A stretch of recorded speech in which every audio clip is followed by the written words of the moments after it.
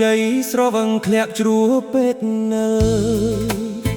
ចំយប់ថ្ងៃសៅរ៍រំកិលមកដល់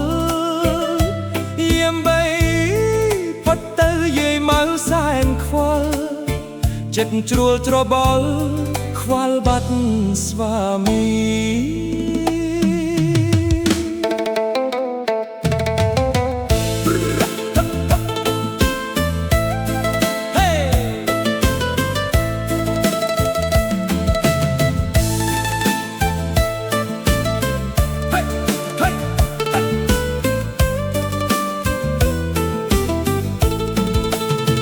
ប្រឆ្លុះតាញែងឆ្មាបាតាវៅ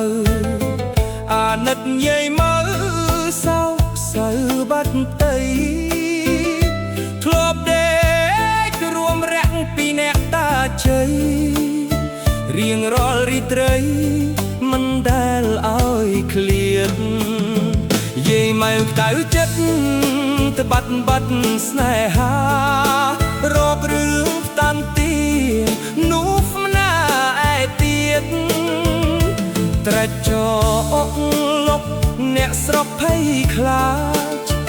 ចងកំណាចពិសាចស្នេហាអាសូតាជ័យខ្សឹងខ្សៃបាតជ្រួសាក់សពរងគួជា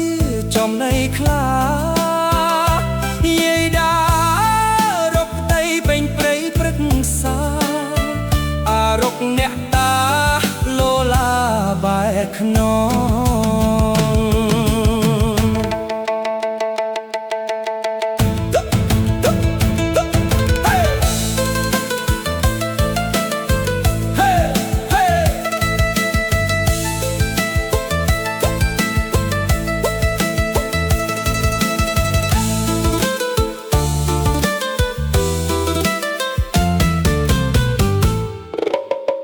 ចៅខ្សឹបរឿងមួយ